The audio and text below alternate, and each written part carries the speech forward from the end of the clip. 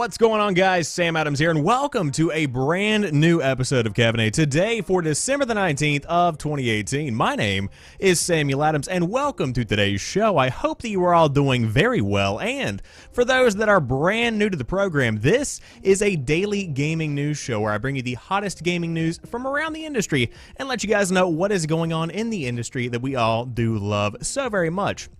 Now, this show is hosted right here on twitch.tv/TheSamuelAdams 5 days a week, Monday through Friday at 7 p.m. Eastern Time if you did want to check it out. But today, we have some pretty awesome stories to dive into. First off, Razer has officially unveiled the first keyboard and mouse combo specifically built for the Xbox One. We will talk about that a good bit. On top of that, the Halo head Bonnie Ross has been named 2019 AIAS Hall of Fame inductee, and that is a pretty awesome honor if I do say so myself. On top of that, some esports legends have launched a brand new esports brand with $9 million in funding. Some fans think that the PS5 is being teased via a brand new theme on the PlayStation 4. Halo has a brand new prosthetic arm that is going to make kids with those kind of limb issues feel like Master Chief. On top of that, PUBG now has over 200 million registered players. There is a tease for an Assassin's Creed For Honor spinoff / crossover. And finally, I have some good news for you guys that have not played Grand Theft Auto 5. You can get it for a really good deal, and if you have Twitch Prime, you get even more of a good, very good, fantastic other synonyms for great deal. So, without further ado, let's go ahead and dive into the hottest gaming news of the day, which begins with the fact that Razer has unveiled the first keyboard and mouse combo for the Xbox One. That's kind of a big deal, also kind of a big price tag if you ask me. Razer has finally shown off the first wireless keyboard and mouse combo for the Xbox One, and it's exactly what you would expect. The company has unveiled an Xbox One version of its turret bundle that mates a mechanical RGB lit keyboard with a 7-button, 16,000 DPI mouse that sits on a retractable pad inside of the fellow peripheral. You can play games like Fortnite or Warframe as much as you would on a home theater PC, including for some titles, Chroma and Xbox dynamic lighting effects. That's pretty neat. On top of that, you can use the turret combo with a Windows 10 PC for that matter, so it's possible to cart your keyboard and mouse from the den to the living room, and a single USB dongle should save you some hassle. There is one main issue though, and it's the price. The turret for the Xbox One ships in the first quarter of 2019 for $250, or nearly as much as an Xbox One S normally cost as of the time of this writing. This is for console gamers who are determined to have a PC-like gaming experience on the couch and are willing to bet that enough games will have native input support to justify that giant price, if I do say so myself. However, I will say that checking out the picture here that we have with the official unveiling, it looks really neat. When it comes down to it, for those that are wanting to have a premium kind of experience when it comes to PC gaming on an Xbox One, this is kind of the experience that I would personally expect. If I am going to be spending a lot of my time gaming on the couch, this is a pretty good setup when it comes to replicating what I would have at a desk.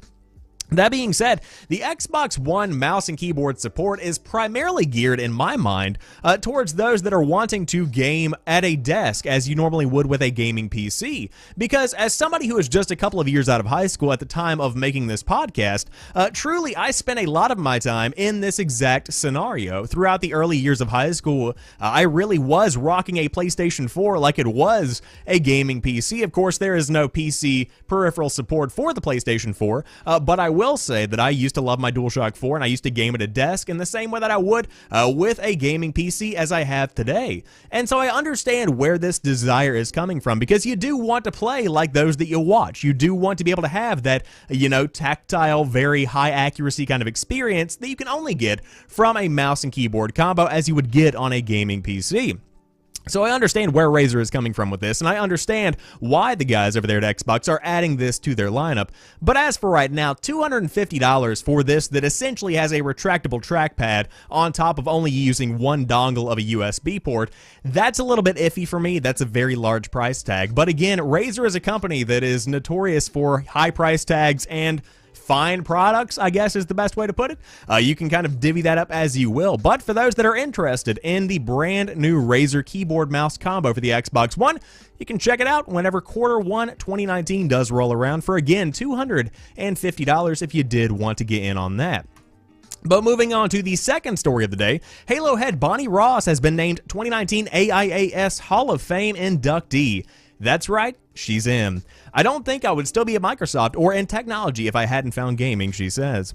Bonnie Ross, Microsoft Corporate Vice President and Head of 343 Industries, will be inducted into the Academy of Interactive Arts and Sciences Hall of Fame in February of 2019 for her work in video games, in helping to expand the reach of Halo franchise and the time she spends promoting diversity efforts in the gaming industry. But Ross says that it's gaming that helped her, and she's just working to make sure others see its power and influence. Quote, I think a lot of it comes from my own personal experience, she recently told Variety. When I realized that gaming is technology empowering art or creativity or storytelling, that's the thing that clicked for me. But why didn't I know that before? What I'm passionate about, where my efforts start, is connecting those dots for others. It was that realization and the power it had to help shape her career that drove Ross to work to help STEM, science, technology, engineering, and mathematics efforts focus on middle school girls, a place Ross said studies show a loss of interest in the topic. Her own career started as a technology hire at Microsoft, but took a turn to gaming in 1994 at the company's PC sports gaming division, where she worked on NBA Full Court Press for Windows. As her career advanced in gaming, she began to attend events like E3, and it was at E3 where Ross came upon the idea of having a regular meeting for women in the gaming industry. We were having dinner at E3 in Atlanta one year and noting how few of us there were in the industry and wondering if there was something we could do to connect us, she said. So we started networking and connecting women across the industry. And so this article goes on to talk more about the interview between Variety and the honorary inductee Bonnie Ross herself. But overall, very impressive career so far, and I'm all for those that are trying to better a cause. I don't think there's anything wrong with that, and really diversifying any kind of medium, any kind of industry even, is something that can benefit everybody, because whenever you get one type of person or one specific group of people controlling anything at all, from the government to a small business, you begin to be kind of closed-minded about how you approach certain issues and how you approach the business overall. And so to diversify is always a good thing, because you get more perspectives and more opinions in there.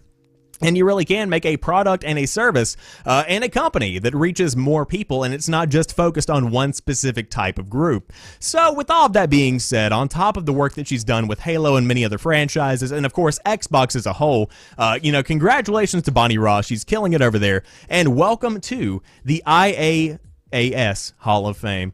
That's a weird little abbreviation, but the Academy of Interactive Arts and Sciences, what an illustrious title to have there for not only your organization, but also to be a member of when it comes to inductees. Very cool stuff there, and again, congratulations to the fantastic Bonnie Ross. But moving on to the next story of the day, also from Variety, esports legends have launched Popdog with $9 million in funding. It's a lot of cash. Evil Genius's CEO Alexander Garfield is heading a new esports technology and services company which will develop products aimed at optimizing live streaming for tournaments, talent, and publishers, and it was announced today. The company is called Popdog and will be starting things out with a $9 million Series A funding round led by Makers Fund and Korea Investment Partners. Quote, we're building our company around the core belief that esports and gaming video content, born more from technology than any other sports or entertainment verticals we've seen, need better technology in order to be properly understood, monetized, and optimized, says company CEO Garland in a prepared statement. The industry needs a back-end, and our mission is to be that back-end by supporting the ecosystem as a whole with a comprehensive offering of technology and services. This funding brings us one step closer to fulfilling that mission. We've already assembled an incredible team of industry leaders, product experts, and esports veterans, and we're excited to begin rolling out a suite of products that we think will make operating in the space transparent and scalable, as opposed to opaque and speculative. Alexander Garfield, a two-time winner of the international tournament, is perhaps best known for his role in helping the pro gaming organization Evil Geniuses and Alliance into the esports heavyweights. Garfield later sold the team's parent company, Good Game, to Twitch in 2014.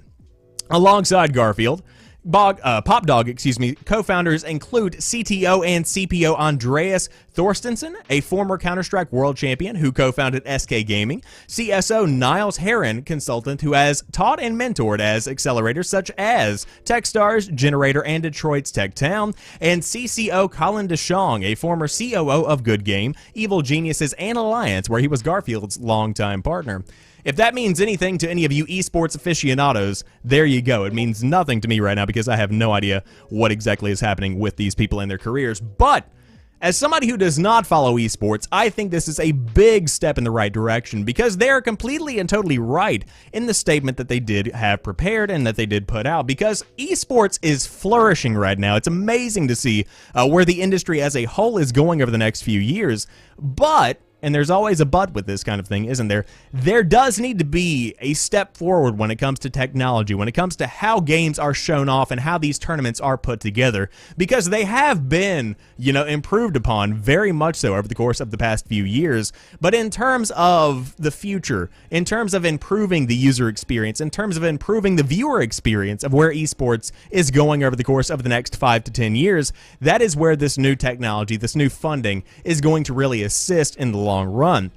Now, don't get me wrong, very excited about where esports is going as a whole. Cannot wait to see what happens with not only this company, with Popdog, but with the industry as a whole. I think that it really is something that entices a lot of people to take a moment and look into what they might be missing out on in the world of esports. So it could be a pretty good time, and we'll see what happens with that. But again, with $9 million in funding, you begin to see the launch of Popdog, which is bound to release a slew of awesome features for those that are fans of esports and those that want to get in on the world of esports. Could be pretty cool there. Now, let's talk about something that's not necessarily esports related, but it very well could be. The PlayStation 5. That's right, it could be right around the corner, according to a fan theory that involves the brand new PlayStation 4 holiday theme. Interesting one here. Sony has recently treated fans to a free holiday theme for the PlayStation 4. It's a creative design decorated with holiday styling such as a Christmas tree, ornament, snowflakes, and a present standing in place of PlayStation's sacred XO, square, and triangle symbols. Yet, there seems to be something hidden within that holiday flair. A possible PlayStation 5 tease will soon be there. Haha, because holidays. At least there are some fans considering it as such. Happy Holidays appears in all caps in one part of the theme. That is nothing special. PlayStation also appears in all caps. Again, it is nothing special except, and this is where it gets interesting, the font for the S in Holidays and the S in PlayStation are quite different. They are so different that the S in PlayStation appears to be a 5 instead. A fan on Twitter, Mike Peterson, took note of the number and tweeted the following, and I will show you guys right now. Here is your Happy Holidays. Of course, the S in Holidays, clearly an S, without any kind of mistake. However, the S in PlayStation, notably different. Very different, clearly a 5, in fact, because you do have that little diddle on the end there, as they like to call them. And again, the curvature, everything about this is screaming 5 to me.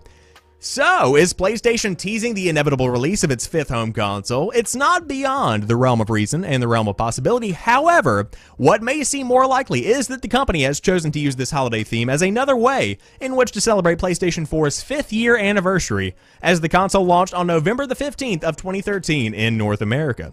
And of course, rumors abound about PlayStation 5, and we could go on even more, but right now it looks like you could be getting some kind of tease of the PlayStation 5, but I am in the boat that does believe this is a celebration of the 5-year anniversary of the PlayStation 4. I cannot believe it's been 5 years.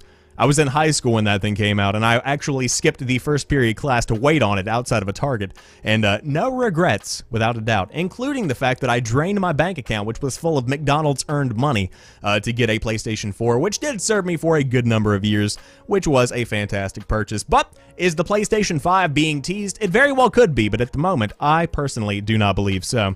However, that's really up to you to decide. It's your life. You can get excited about things if you want to. That's not illegal. But speaking of Halo, as we talked about earlier with Bonnie Ross, Microsoft has a Halo-themed prosthetic arm that will make kids feel like Master Chief. And this is a cool feel-good story, if I do say so myself. Microsoft's 343 Industries has partnered with Bionic's nonprofit Limbitless Solutions, I believe I said that correctly, to create Halo-themed 3D printed prosthetic arms for children. These prosthetic arms are fully functional with hands that are capable of gripping objects through EMG sensors, and the best part is they are donated free of charge to recipients. That's right, no money exchanging hands. Starting next year, Limitless, oh, I get it now, it's a play on words, will add 2 Halo-themed options under their design lineups, which already includes a pretty sweet Iron Man arm.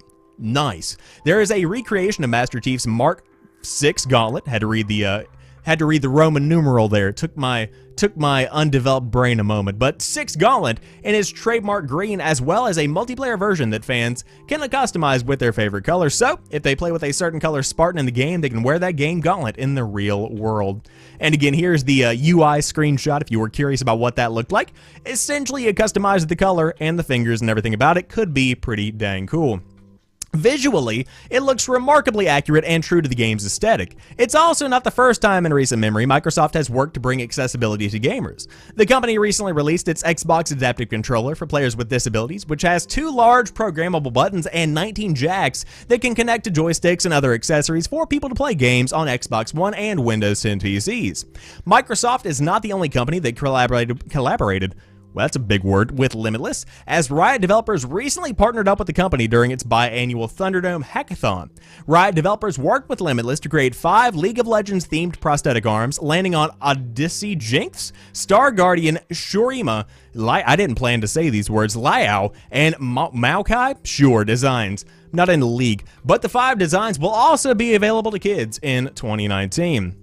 And so you can go on, but essentially very cool way to make kids that are facing something of a trial in their life not feel quite so isolated, not feel quite so, out there. They have a very cool option for how they want to get a prosthetic limb that is going to help them not only live their life, but also to potentially be the coolest kid in the class, to do stuff like that, where their friends freak out and say, oh my gosh, you have a Halo-themed arm, or an Iron Man arm, or a League of Legends arm? Is that something kids do? Probably.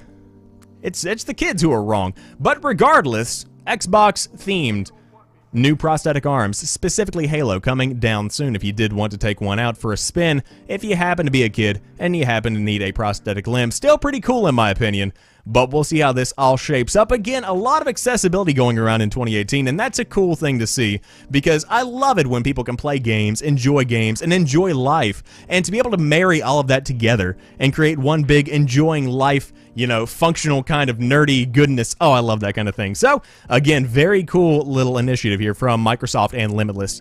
Good stuff there. But moving on to more gaming news, PUBG now has over 200 million registered players on mobile alone. That's a lot of people and a lot of cell phones. PUBG Mobile has officially surpassed 200 million registered users and, according to The Verge, currently boasts about 30 million daily active users. That figure is a notable achievement for any game, but especially so for PUBG, since its primary battle royale competitor, Epic Games' Fortnite, only crossed that same 200 million player threshold last month. The Verge says that PlayerUnknown's Battlegrounds' 200 million count only includes players of PUBG Mobile, meaning that it does not include those who have purchased the battle royale game on PC and console, and does not include any of the PUBG players in China.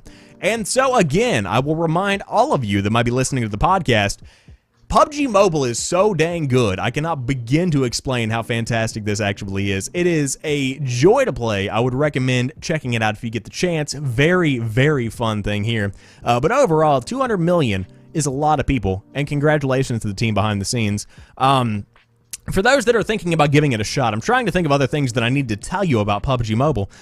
It's very different from the PC version of PUBG. It's very hardcore on PC. It's very challenging on PC. But to be quite honest with you, on mobile, it's just good fun. It's almost like a Call of Duty-sized version of PUBG in a way, where it's just stupid fun, but you still have a good bit of skill and a good bit of tactical, feel for the game if you do get what I'm laying down there.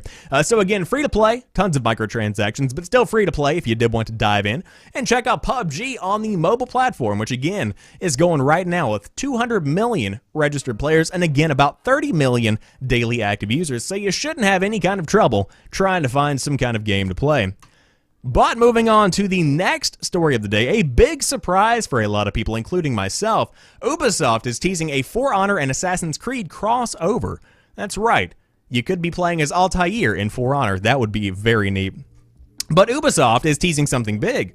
On December the 19th, 2018, the official For Honor Twitter account posted the video below, which is plainly teasing some kind of crossover with the Assassin's Creed universe, and you can see the unexpected video here. And again, very clearly the Abstergo logo on top of a full reveal on December the 20th at 12 p.m. Eastern Time over on, I believe that might have been Twitch, if I saw that correctly. But again, tons of stuff on the Warriors Den live stream tomorrow, talking about a crossover, a collaboration, if you will, between Assassin's Assassin's Creed and For Honor.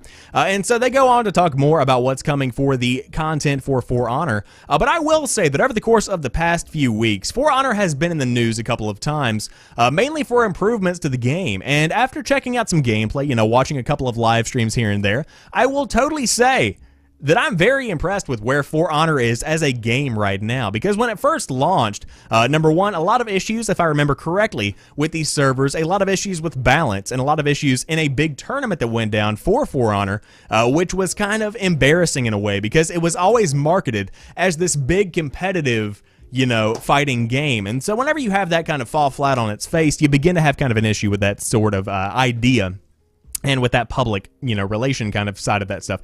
But if you did want to check out what For Honor is bringing to the table with Assassin's Creed, then check out the stream tomorrow, which could bring you exactly what you want, and you could be enjoying some Altairs, maybe some Ezio here and there, maybe even some Connor from Assassin's Creed 3. That would be pretty cool as well. And even Edward Kenway, more Assassins down the line. Maybe even Desmond Miles. Imagine just a hoodie and jeans dude beating the shit out of a samurai. That would be sweet in my opinion. But for those that don't have any kind of care for Honor, we do have the final story of the day, which is Twitch Prime. For those that do have Twitch Prime, you get a very good deal today and today only. In hindsight, probably should have put this at the beginning of the show, but hey, here we are. So, did you miss the news? You didn't, because you're here listening to Caffeinate. But today only, that is December the 19th of 2018, get Grand Theft Auto 5 for $15 on Amazon, and Twitch Prime members receive a $15 Amazon promo credit with the purchase, and it's available in the US only. So again, you get a physical version of Grand Theft Auto 5 on the PS4 or the Xbox One, and you get $15 back to spend on Amazon. So in a way, a workaround kind of way, you actually get the game for free. So that's pretty cool. But again, I'm not going in on this because I've played Grand Theft Auto 5. I played it a ton on the Xbox 360, and I've seen the upgrades for the PlayStation 4 and Xbox One. I've played it a couple of times here and there. It's just not something that I need in my life right now. But a fantastic deal for those that are looking for a last-minute holiday gift for somebody. If you know somebody that does need Grand Theft Auto 5 in their lives, maybe your grandmother or your, Aunt Susie that you never really do see, they could use some GTA 5, and you, yes, you can get $15 back. So you pretty much just come out even. It's a good deal. But overall, those are the stories of the day, and Alan has come in late to the chat. And let me tell you right now, for those that want to watch live, you come over to twitch.tv/TheSamuelAdams 5 nights a week, Monday through Friday, 7 p.m. Eastern Time, and you tune in. If you're late, you get beaten. No, I'm just kidding. I love you. I love everybody that listens to the show. But to go out with a bang, I hope you guys have a fantastic rest of the day. I'll be back tomorrow for Friday's episode of Caffeinate. And of course, if you notice, the camera is back. So tomorrow, we'll see how it goes. We might be a little bit late because I am getting an unlimited battery for the Sony a6000. And on top of that, a brand new lens that I am going to have to adjust a lot of settings to get to where it looks really, really good. So we'll see what happens there. But again, you can follow on Facebook, Instagram, Twitter, all that stuff is down below if you did want to check it out. But as for right now, you guys have a fantastic rest of your day. I will talk to you soon, and I just bit my tongue. That hurt very badly. Peace.